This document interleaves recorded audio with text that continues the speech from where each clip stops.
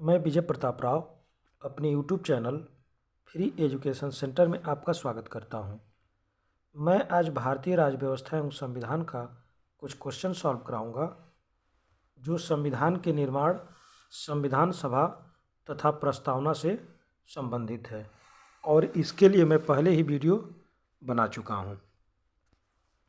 इसमें पहला क्वेश्चन है, संविधान सभा के संबंध में निम्न कौन सा कथन सत्य है? पहला ऑप्शन है, यह वयस्क मताधिकार पर आधारित नहीं थी। दूसरा ऑप्शन है, यह प्रत्यक्ष मतदान का प्रतिफल थी। तीसरा है, यह बहुदलीय निकाय था। चौथा ऑप्शन है, इसमें कार्य करने के लिए कई समितियां थीं। अब आप इसका उत्तर बताएंगे। पहला है, यह वयस्क मताधिकार पर आधारित नहीं थी। यह बात बिल्कुल सही है। संविधान सभा के सदस्यों का चुनाव वयस्क मताधिकार के आधार पर नहीं हुआ था, बल्कि प्रांतीय असेंबली के सदस्यों द्वारा चुनाव किया गया था और सभी लोगों को मताधिकार का अधिकार नहीं था। चुनाव एकल संक्रमणीय मत तथा आनुपातिक प्रतिनिधित्व पद्धति के आधार पर हुआ था। तो पहला ऑप्शन सही है। दूसरा है, यह प्रत्यक्ष मतदान का प्रतिफल थी। यह बिल्कुल गलत है, क्योंकि जनता द्वारा प्रत्यक्ष रूप से चुनाव नहीं हुआ था, बल्कि जनता द्वारा चुने गए प्रतिनिधियों के द्वारा चुनाव हुआ था। और दूसरी बात है, जो देशी रियासतों से 93 सदस्य चुन करके संविधान सभा में आए, उनको मनोनीत किया गया था। तो मतलब संविधान सभा आंशिक रूप से निर्वाचित और आंशिक रूप से मनोनीत संस्था थी। दूसरा गलत है। तीसरा, यह बहुदलीय निकाय था। ये बिल्कुल सही है। चौथा, इसमें कार्य करने के लिए कई समितियां थी। ये भी बिल्कुल सही है, क्योंकि बहुत सारी समितियां बनाई गई थी, जैसे संविधान के लिए संघीय संविधान समिति, संघ शक्ति समिति, प्रांतीय संविधान समिति, प्रारूप समिति, राष्ट्रीय झंडा के लिए तदर्थ समिति, बहुत सारी समितियां बनाई गई थी। तो इसमें आंसर हम देखते हैं। पहला ऑप्शन है 1 और 2, दूसरा ऑप्शन 2 और 3, तीसरा 1 और 4, चौथा 1, 2, 3 और 4। तो आंसर ढूंढने के लिए सबसे बढ़िया तरीका है, दूसरा ऑप्शन है, यह प्रत्यक्ष मतदान का प्रतिफल थी। ये बिल्कुल गलत है। और ऑप्शन ए, बी और डी तीनों में 2 आया है, मतलब ये सारे के सारे ऑप्शन गलत हैं। मतलब ऑप्शन सी सही है, क्योंकि यह वयस्क मताधिकार पर आधारित नहीं थी और इसमें कार्य करने के लिए कई समितियां थी। अगला क्वेश्चन है, भारत के संविधान के उद्देश्यों में से एक आर्थिक न्याय का जो सिद्धांत है, उसका उल्लेख किया गया है। अब इसको देखते हैं, ऑप्शन क्या क्या है। पहला है, प्रस्तावना तथा मौलिक अधिकारों में। दूसरा, प्रस्तावना तथा राज्य के नीति निर्देशक सिद्धांतों में। तीसरा है, मौलिक अधिकारों तथा राज्य के नीति निर्देशक सिद्धांतों में। चौथा ऑप्शन, उपरोक्त में से कोई नहीं। इसमें पहला देखते हैं, प्रस्तावना। प्रस्तावना में बिल्कुल आर्थिक न्याय की बात की गई है। जैसे हम प्रस्तावना पढ़ते हैं, उसमें देखते हैं कि सामाजिक, आर्थिक व राजनैतिक न्याय, जो कि पूर्व सोवियत संघ वर्तमान के रूस से लिया गया है, सामाजिक, आर्थिक व राजनैतिक न्याय। तो आर्थिक न्याय प्रस्तावना में तो है, एक क्लियर हो गया। मौलिक अधिकार में आर्थिक न्याय की बात नहीं की गई है, ऑप्शन ये गलत है। दूसरा, प्रस्तावना सही है और ऑप्शन इसमें है राज्य के नीति निर्देशक सिद्धांत। तो राज्य के नीति निर्देशक सिद्धांत के अनुच्छेद 38 में सामाजिक, आर्थिक व राजनीतिक न्याय की बात कही गई है, मतलब ऑप्शन बी सही है। ऑप्शन सी फिर से गलत है, क्योंकि इसमें मौलिक अधिकार आया है और मौलिक अधिकार गलत है। चौथा ऑप्शन गलत है, इसमें बी सही है। अगला क्वेश्चन है, प्रस्तावना में 42वें संशोधन 1976 द्वारा निम्न शब्द जोड़े गए। कौन कौन से शब्द 42वें संशोधन द्वारा जोड़े गए थे, इसको देखते हैं। पहला है, समाजवादी लोकतंत्रात्मक तथा गणराज्य। इसमें दूसरा ऑप्शन है समाजवादी, पंथ निरपेक्ष और अखंडता। तीसरा समाजवादी, धर्मनिरपेक्ष और अखंडता। चौथा है संप्रभुता, समाजवादी तथा पंथ निरपेक्ष। शुरुआत में ही हम लोग जब प्रस्तावना पढ़ते हैं तो उसमें लिखा गया है, हम भारत के लोग भारत को एक संपूर्ण प्रभुत्व संपन्न समाजवादी, पंथ निरपेक्ष, लोकतंत्रात्मक गणराज्य, यानी संपूर्ण प्रभुत्व संपन्न समाजवादी, पंथ निरपेक्ष, लोकतंत्रात्मक गणराज्य, जिसमें समाजवादी और पंथ निरपेक्ष को 42वें संशोधन 1976 द्वारा जोड़ा गया। अब बात आपकी फंसेगी यहाँ कि जहाँ पर पंथ निरपेक्ष और धर्मनिरपेक्ष दोनों लिखा है तो बहुत सारे लोग इसी में कन्फ्यूज होंगे। बाकी बात तो क्लियर हो गई, क्योंकि मूल संविधान में संप्रभुता, लोकतंत्रात्मक गणराज्य 3 ही बात था। समाजवादी, पंथ निरपेक्ष को 42वें संशोधन द्वारा जोड़ा गया, लेकिन बहुत सारे किताब में धर्मनिरपेक्ष लिखा हुआ है। तो अगर आपके सामने भी इस तरह की कठिनाई अगर क्वेश्चन पेपर में आती है और पंथ निरपेक्ष और धर्मनिरपेक्ष दोनों ऑप्शन में है तो आप पंथ निरपेक्ष को सही करेंगे। लेकिन अगर पंथ निरपेक्ष नहीं है और आपके सामने समाजवादी, धर्मनिरपेक्ष और अखंडता या जो कुछ भी है, अगर धर्मनिरपेक्ष उसमें है तो धर्मनिरपेक्ष सही है, लेकिन अगर पंथ निरपेक्ष है, दोनों में से चुनना है कि कौन सा सही है, तो आप पंथ निरपेक्ष को ही सही करेंगे। और दोनों को इंग्लिश में सेकुलर ही बोलते हैं। पंथ निरपेक्ष के लिए भी सेकुलर शब्द और धर्मनिरपेक्ष के लिए भी सेकुलर शब्द। तो यहाँ पर ऑप्शन बी सही है। अगला क्वेश्चन है, महात्मा गांधी संविधान सभा में कहाँ से सदस्य चुने गए थे? इसमें है पश्चिम बंगाल से, दूसरा कुर्ग से, तीसरा गुजरात से और चौथा सदस्य नहीं थे। तो आप इसमें बताएंगे सदस्य नहीं थे, क्योंकि उस समय की महत्वपूर्ण हस्तियों में महात्मा गांधी और मोहम्मद जिन्ना दोनों लोग संविधान सभा के सदस्य नहीं थे, और सर बी.एन. राव जो संविधान सभा के लिए संवैधानिक सलाहकार बनाए गए थे, वह भी संविधान सभा के सदस्य नहीं थे। तो ये बात ध्यान रखना है कि महात्मा गांधी कहीं से भी सदस्य नहीं थे। अगला क्वेश्चन है, अंतिम रूप से संविधान सभा में सदस्यों की संख्या कितनी थी? ए 389, बी 299, सी 296, डी 292। यहाँ पर आंसर कौन सा सही है इसको देखेंगे तो यहाँ पर आंसर सही होगा बी, यानी 299 सदस्य ही अंतिम रूप से संविधान सभा में रहे। शुरुआत में सदस्यों की संख्या 389 होनी थी, जिसमें से 296 सदस्य 11 गवर्नर प्रांतों से और 93 सदस्य देशी रियासतों से आने थे। इस 296 में से 292 11 प्रांतों से और 4 चीफ कमिश्नरी क्षेत्रों से।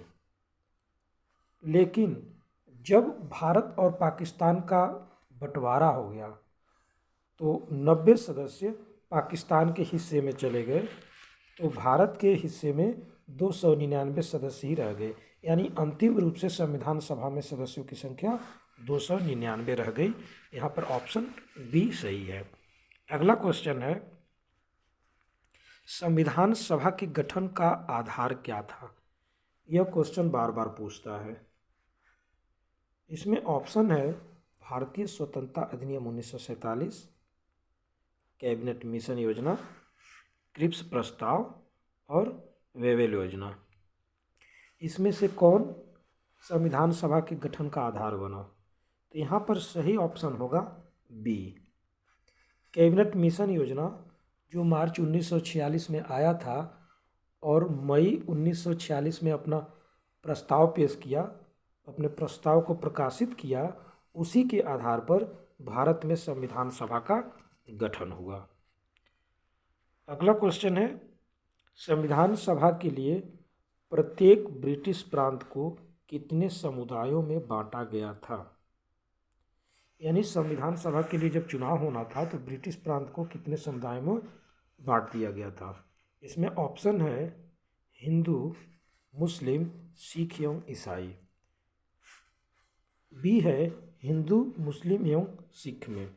सी है मुस्लिम, सिख एवं सामान्य में।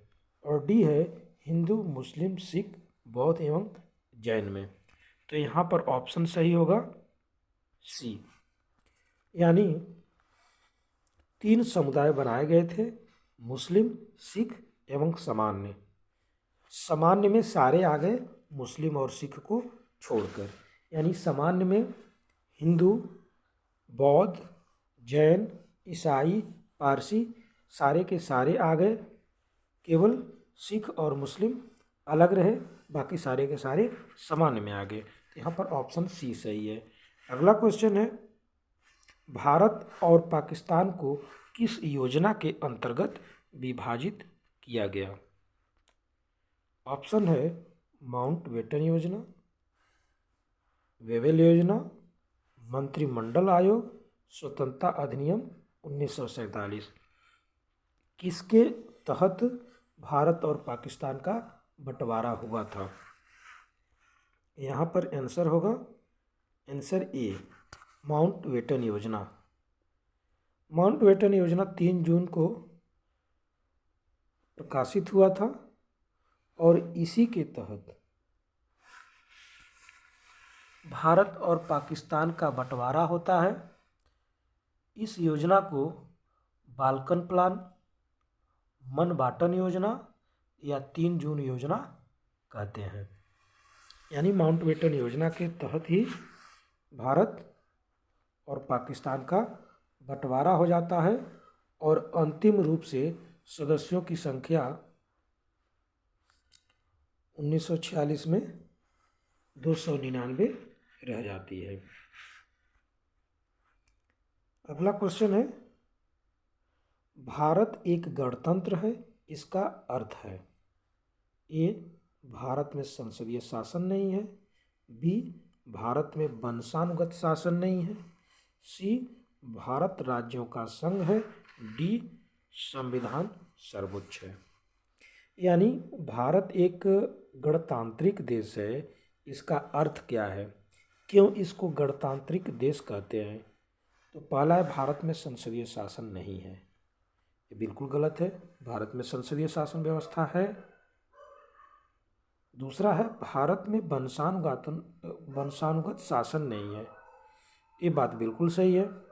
भारत में वंश परंपरा के आधार पर शासक नहीं शासन कर रहा है। यहाँ पर जो शासक है वह एक निश्चित टाइम के लिए जनता द्वारा प्रत्यक्ष या अप्रत्यक्ष चुना हुआ व्यक्ति होता है। लेकिन भारत में अप्रत्यक्ष विधि को अपनाया गया है और अप्रत्यक्ष रूप से भारत का शासक यानी राष्ट्रपति का चुनाव होता है। इंग्लैंड जैसे राजा या रानी कोई एक ही परिवार से नहीं होता है। भारत राज्यों का संघ है, यानी यूनियन ऑफ स्टेट्स है।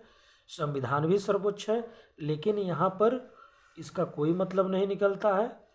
क्वेश्चन के हिसाब से आंसर है, भारत में वंशानुगत शासन नहीं है, यानी ऑप्शन बी सही है। अगला क्वेश्चन है, 26 नवंबर 1949 को अंगीकृत भारतीय संविधान की प्रस्तावना में शब्द सम्मिलित नहीं थे। इसको पहले भी आप पढ़ चुके हैं।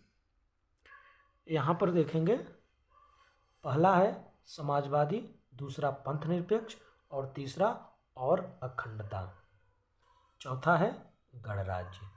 यानी 26 नवंबर 1949 को जब संविधान बन करके तैयार हुआ और आंशिक रूप से लागू हुआ, उस दिन कुल 16 अनुच्छेद लागू हुए थे। उस समय संविधान के प्रस्तावना में कौन सा शब्द इसमें से नहीं था? तो यहाँ पर हम देखते हैं ऑप्शन ए 1 और 4, ऑप्शन बी 1, 2 और 3, ऑप्शन सी है 2, 3 और 4, ऑप्शन डी है 1, 2 और 4। तो यहाँ पर ऑप्शन सही होगा ऑप्शन बी, यानी समाजवादी, पंथनिरपेक्ष और अखंडता शब्द को 42वें संशोधन द्वारा 1976 में जब इंदिरा गांधी जी प्रधानमंत्री थी उस समय जोड़ा गया था। और गणराज्य जो मूल संविधान लागू हुआ उसी समय था, संपूर्ण प्रभुत्व संपन्न लोकतांत्रिक गणराज्य। तो गणराज्य तो शुरू में था, लेकिन ये तीनों शब्द बाद में जोड़े गए। तो यहाँ पर ऑप्शन बी सही है। अगला क्वेश्चन है, भारतीय संविधान की प्रस्तावना में किस न्याय की बात नहीं की गई है?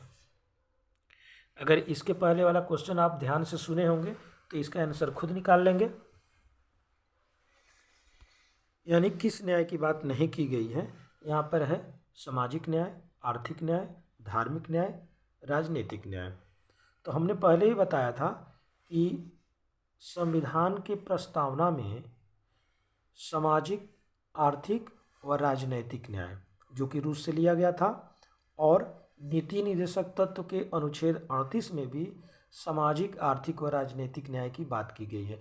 मतलब धार्मिक न्याय की बात कहीं भी नहीं की गई है। तो यहाँ पर ऑप्शन सी सही होगा, धार्मिक न्याय की बात नहीं की गई है। भारत एक सेकुलर स्टेट है, यहाँ पर सभी धर्म एक बराबर हैं।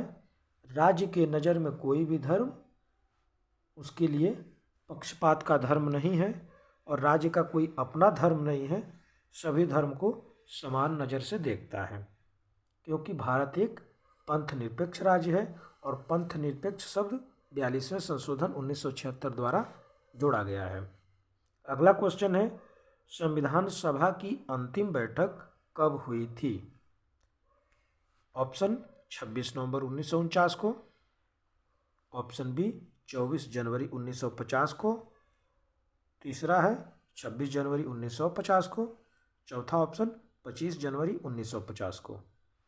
तो यहाँ पर संविधान सभा की अंतिम बैठक की बात हम करेंगे, कब हुई थी?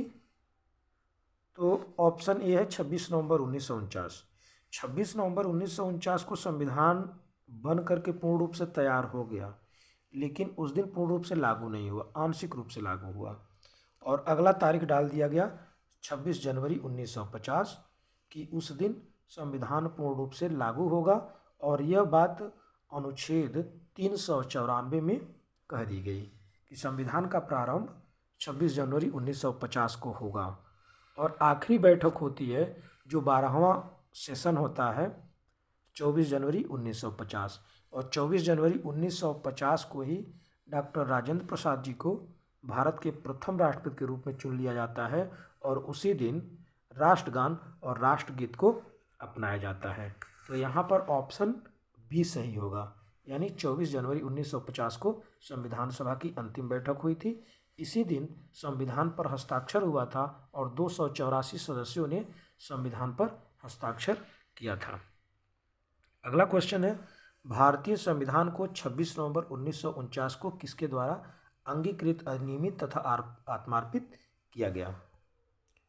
ऑप्शन है भारत के गवर्नर जनरल द्वारा, ऑप्शन अगला संविधान सभा द्वारा, सी ब्रिटिश संसद द्वारा, डी भारतीय संसद द्वारा।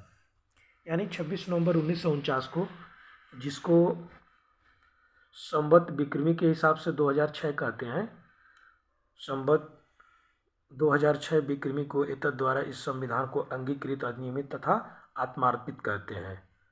मतलब एडॉप्ट, इनेक्ट और गिव टू आवरसेल्व्स।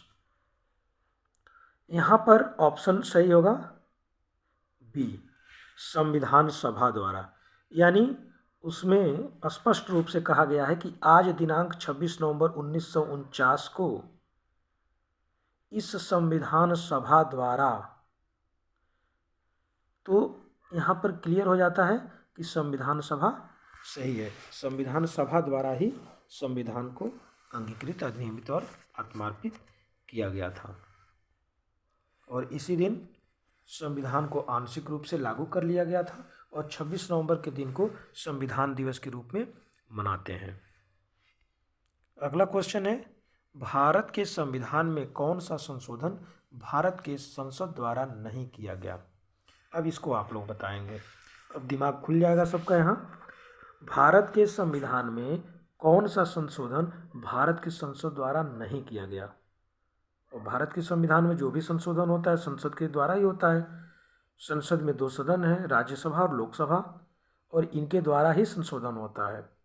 और इसके लिए अनुच्छेद 368 की प्रक्रिया को अपनाई जाती है, जो कि दक्षिण अफ्रीका से संशोधन की प्रक्रिया ली गई है।